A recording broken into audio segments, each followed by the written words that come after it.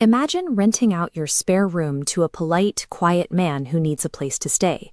Later, you realize this man doesn't actually exist. He has fabricated every detail of his life, from his name to his history, specifically so he can occupy your home, execute a plan of torture, and sleep in your bed when he's finished.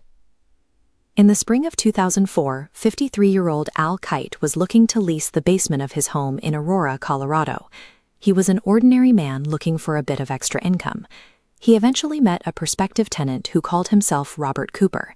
To Al, Cooper seemed like a normal guy in need of a room, someone who would be a quiet and respectful addition to the household. Al accepted the application and handed over the keys. He had no way of knowing he was inviting a highly calculated predator across his threshold. The preparation for this crime began long before the two men ever met.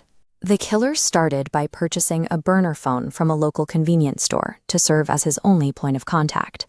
Investigators discovered the killer spent hours driving through Aurora, bouncing his signal off cell towers in an erratic pattern to hide his location. Then he waited exactly 30 days before dialing Al Kite's number. That 30-day delay was a precise calculation. Most convenience stores automatically overwrite their security footage after 1 month. By waiting, he ensured the name Robert Cooper, his address, and his social security number was entirely fake. By the time he moved into the basement, he had created a forensic vacuum. He was a man with no history and no digital footprint. On May 25, 2004, the invisible predator finally closed the brutal trap he had been building for months. Al Kite was carrying a large recliner chair down into the basement when struck from behind, left completely vulnerable by the heavy furniture he was trying to move. The killer immediately hogtied Al, beginning a session of physical torture that lasted for several hours. He used knives taken directly from Al's kitchen. He beat Al's feet and delivered precise, non-fatal stabs near the eyes and ears to prolong the suffering.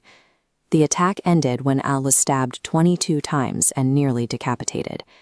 The tactical preparations were designed for an escape, but the choice to use household tools for a sadistic attack suggests the killer's primary motive was the brutal experience of the act itself.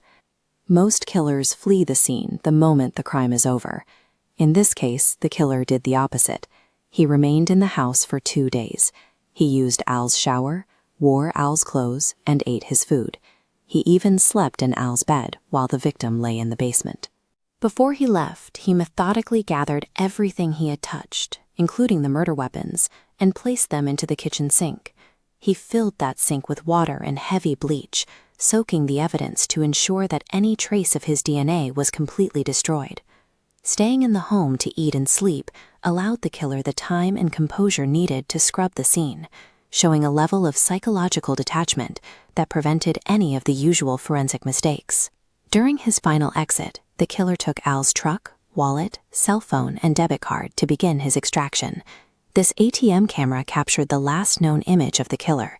He withdrew $1,000 in cash, but even here he was prepared, wearing a full ski mask and heavy gloves to hide his features and fingerprints.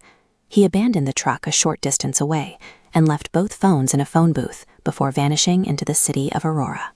Police eventually found one microscopic piece of evidence he missed: a single drop of blood on the basement stairs. The DNA indicated the killer had ancestry from the Balkan region of Europe. That remains the only real clue.